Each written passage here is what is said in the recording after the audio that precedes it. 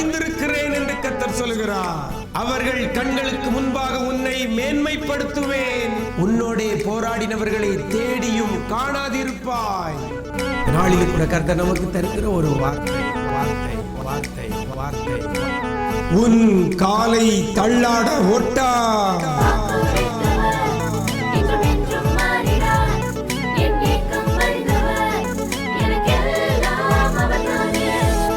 கிறிஸ்துவில் பிரியமானவர்களே, ஆண்டவராய் இயேசு கிறிஸ்துவின் ஈடு இணையற்ற நாமத்தில் உங்களுக்கு அன்பின் வாழ்த்துக்கள்.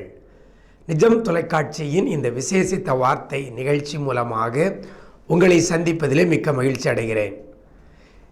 ஒவ்வொரு நாளும் கர்த்தர் வேதத்திலிருந்து ஒரு வார்த்தையை கொண்டு உங்களை உற்சாகப்படுத்துகிறதையும் உங்களை தைரியப்படுத்துகிறதையும் கர்த்தர் பேரில் விசுவாசத்தை பெருக வைக்கிறதை நினைத்து மனதார ஆண்டவரை துதிக்கிறேன். இந்த நாளிலும் கூட கர்த்தர் நமக்கு தருகிற ஒரு வார்த்தை 121 சங்கீதம் 3 வசனத்தில் இவ்வாறாக சொல்லப்படுகிறது, உன் காலை தள்ளாட ஒட்டார். எனக்கு அருமையான தேவஜனமே, இன்றைக்கு வேத வசனம் உங்களுக்கு நேராக கடந்து வருகிறது. இந்த வேத வசனம் உங்களை பார்த்து பேசுகிறது. உன் காலை தள்ளாட ஒட்டா. இன்னைக்கு நம்முடைய கால்கள் தள்ளாடுகிறது. தள்ளாடுதா? நிறைய பேருடைய கால்கள் தள்ளாடுது, ஸ்டெடியாக நிற்கலை. எந்த ஒரு காரியத்தை எடுத்துக்கொண்டாலும் அதில் ஸ்திரத்தன்மையாய் இல்லாதபடி ஒவ்வொரு ஸ்டெப்பும் எடுத்து முன்னேறுகிற காரியத்தில் தள்ளாடுகிற ஒரு நிலைமை இன்றைக்கு நம்முடைய நடைகள் இருக்கிறது, நம்முடைய கால்கள் இருக்கிறது. பல சூழ்நிலைகள், சுற்றுப்புறத்திலிருந்து வரக்கூடிய செய்திகள், நடக்கிற காரியங்கள், வருகிற காரியம் எல்லாம் நம்முடைய நடைகளை, நம்முடைய கால்களை தள்ளாட வைக்கிறது. இப்படி தள்ளாடுகிற இந்த நம்முடைய கால்களை தள்ளாட விடாதபடி காப்பதற்கு இயேசுவாலே மட்டுமே முடியும். அவர் தான் உங்கள் கால்களை தள்ளாட விடாத தேவன். எனக்கு அருமையான தேவ ஜனமே, நம்முடைய கால்கள் ஒரு காரியத்தை செய்கிற போது, ஒரு காரியத்தில் நம்முடைய பிரயாசப்படுகிற பொழுது, நாம் முயற்சி செய்கிற பொழுது, ஒரு ஸ்டெப் எடுத்து வைக்கும் பொழுது நம்முடைய கால்கள் தள்ளாடுகிறதா? என் ஆண்டவர் உன் காலை தள்ளாட ஒட்டார் என்று வேதவசனம் சொல்லுகிறது. உன் காலை தள்ளாட ஒட்டார் அப்படின்னா உங்கள் கால் இனி தள்ளாட போகிறதில்லை. நீங்கள் எடுக்கிற முயற்சி இனி தள்ளாட போகிறதில்லை. வாழ்க்கையின் முன்னேற்றத்திற்காக, எதிர்காலத்தின் ஆசீர்வாதத்திற்காக, நம்முடைய சந்ததியின் முன்னேற்றத்திற்காக இன்னைக்கு நம்ம நிறைய பிரயாசப்படுறோம். ஆனால் அந்த பிரயாசப்படுற காரியத்தில் நம்முடைய கால் தள்ளாட விடாத கர்த்தர் ஒருவர் உண்டு. எனக்கு அருமையான தேவஜனமே, இஸ்ரவேல் யுத்த வீரர்களும் சவுலும் யுத்த களத்தில் இருக்கிறாங்க. மலைக்கு அந்த பக்கம் கோலியாத் எழும்பி கொக்கரிக்கிறான். ஒத்தைக்கு வந்து பாருங்க அப்படிங்கிற எண்ணத்தில், அப்படிங்கிறதான காரியத்தில் அவன் கொக்கரிக்கிறான். மலைக்கு அந்த பக்கத்தில் அவன் எப்போ எழும்புறானோ அந்த பக்கத்தில் இஸ்ரவேல் இராணுவ வீரர்கள் கால்கள் எல்லாம் தள்ளாடுகிறது.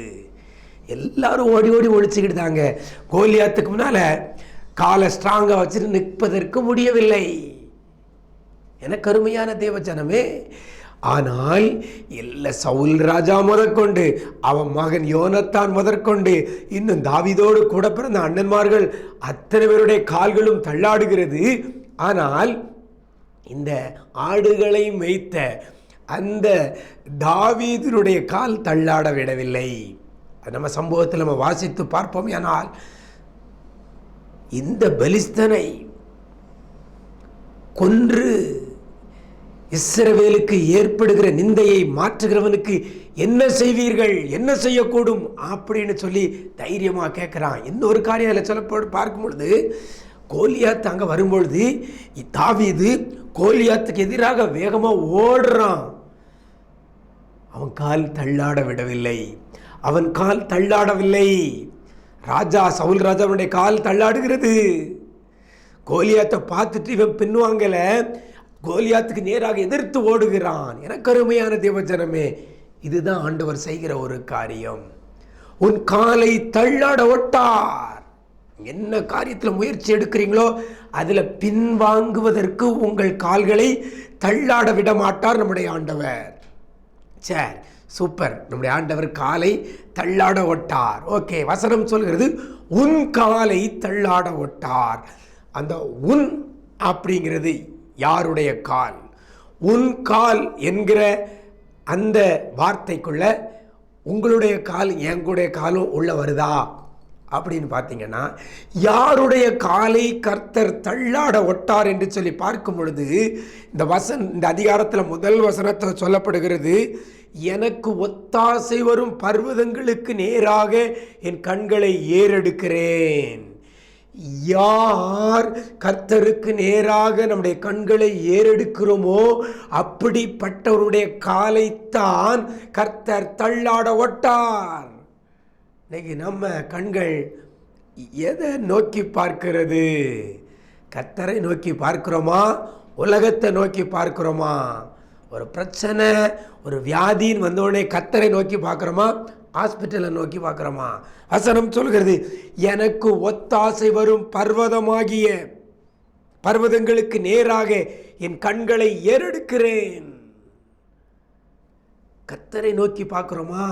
நமக்கு ஒத்தாசை அவரிடத்திலிருந்து தான் வரும். அந்த ஒத்தாசை யாரிடத்திலிருந்து வரும்? வானத்தையும் பூமியையும் உண்டாக்கின கர்த்தரிடத்திலிருந்து ஒத்தாசை வரும்.